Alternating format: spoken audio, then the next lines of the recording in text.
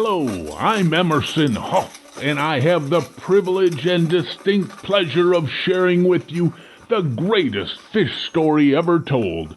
The year was 1892, and I was the Western editor for the foremost weekly newspaper on outdoor sporting activity, appropriately named Forest and Stream, a respected publication owned by George Bird Grinnell.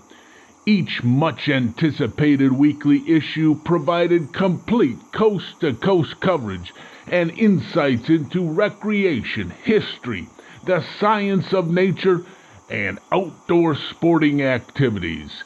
This New York published journal of rod and gun was distributed nationally to the delight of its outdoor sporting readership. From my column, Chicago in the West, I shared with readers reports spanning from Illinois to Yellowstone and beyond.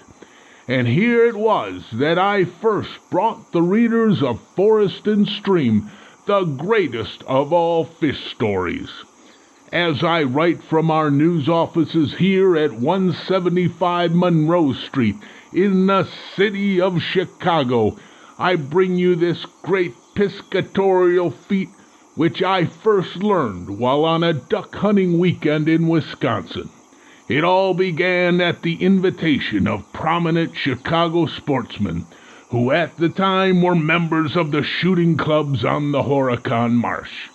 The marsh was a wild area where at the time the greatest waterfowl shooting of the entire West could be had. On this opening day duck hunt, as a guest of the Horicon Shooting Club, I was told of the Kekoskee fish story. And I, right here and now, will tell it to you just as I did, in print on September 29th, 1892. Coming now from my column, we'll start here in curious Kekoskee. On the way home, we pass through the village of Kekoskee, where there is a mill, a dam, and a bridge on the Rock River. A very quaint place is Kekoskee, and yet a home of the biggest fish story that ever was told on earth. In advance, I solemnly aver that it's the biggest fish story that ever was told, perpetrated, performed, or executed in the history of man. The whole surrounding country is educated up to this fish story. Every man in the entire population has it on his tongue's end and tells it without a skip or a break. It is unanimous, convincing, and overwhelming. A Minnesota champion liar once was lying when a man from Mayville began to tell the Kekoskee fish story.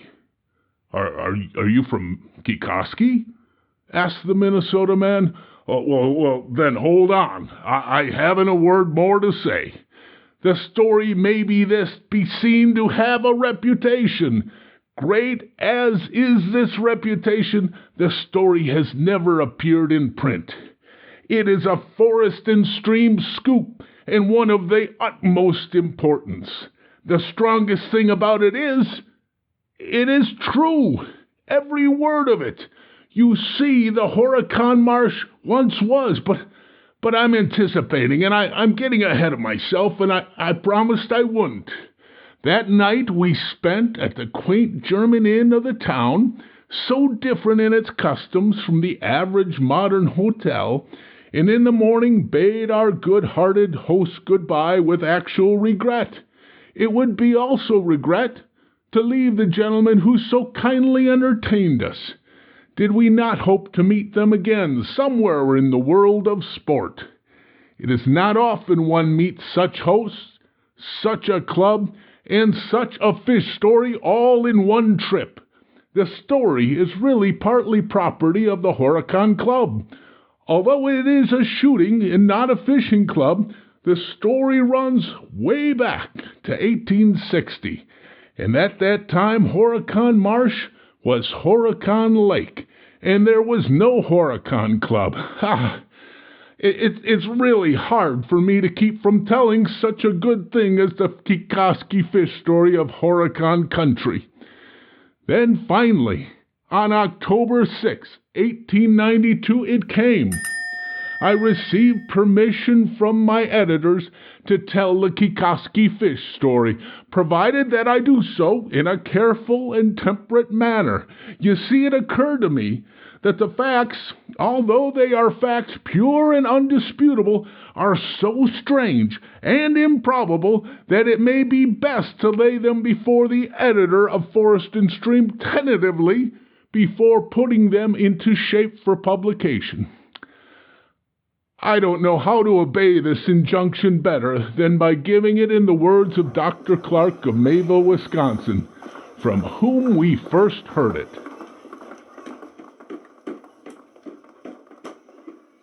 I'm Dr. Clark of Mayville, and these events I share with you, they all happened before the war. They are so singular and improbable that I always hesitate about telling the story. Now, you will probably laugh at me and not believe me, yet every word of this is true. The winter of 1860 was very cold. At that time, a vast lake covered the whole ground where Horicon Marsh now is.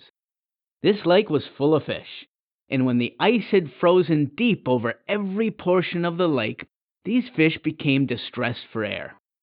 The Rock River, as you know, is a lively stream here, and as you have noticed, it has a stretch of swift water just below the great Kekoskee Dam.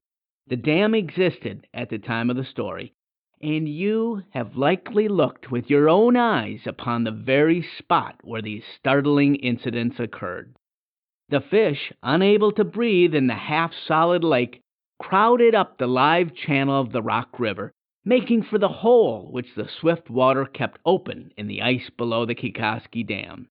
Most of these fish were bullheads, and no river of salmon ever equaled this run of bullheads.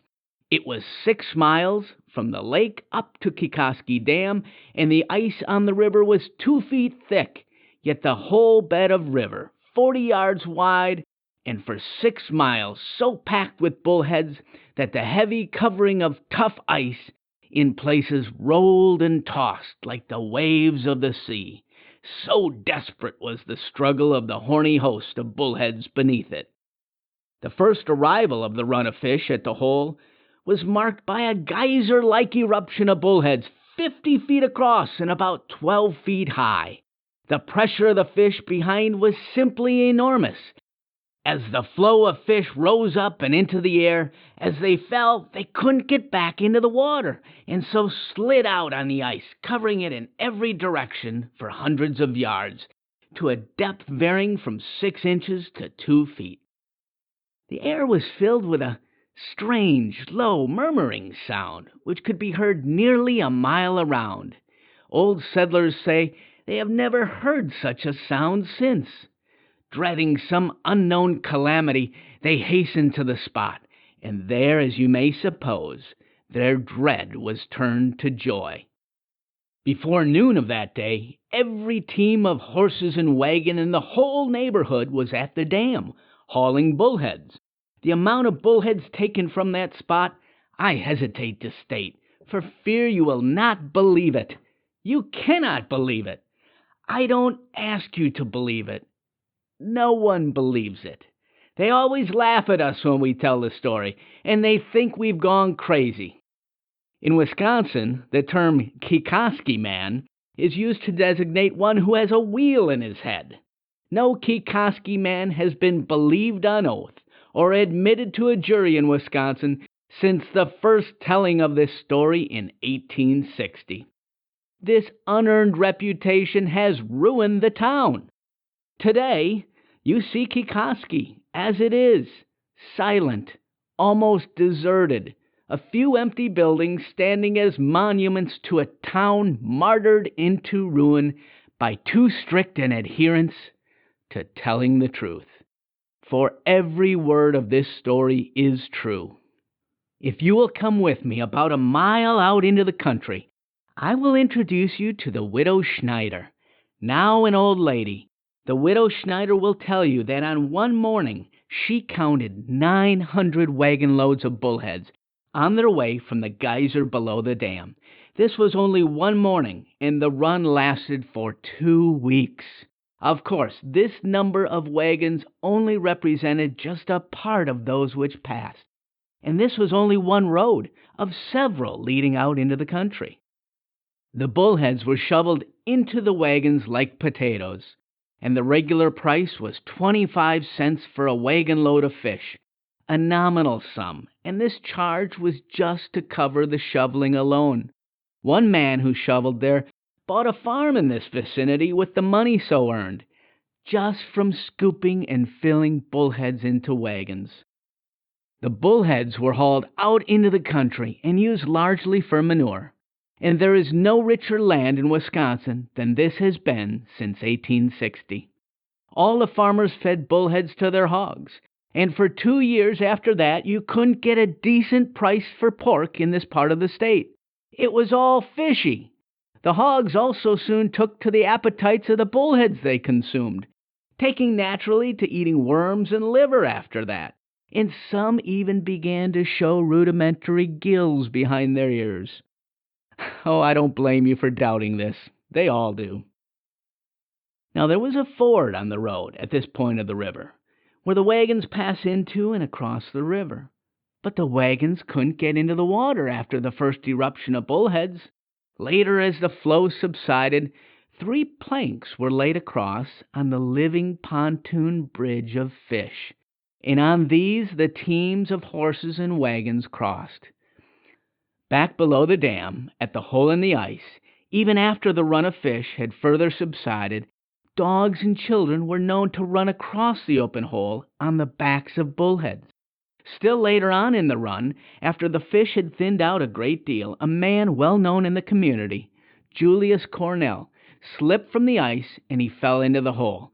But he couldn't get into the water for the mass of fish that remained beneath him. You smile at this. I don't blame you. We're all used to it. No one ever believes this story.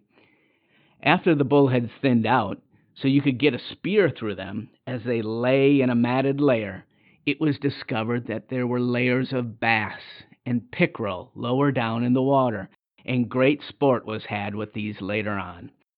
Of course, everybody that winter lived on bullheads, and they were used in many ways.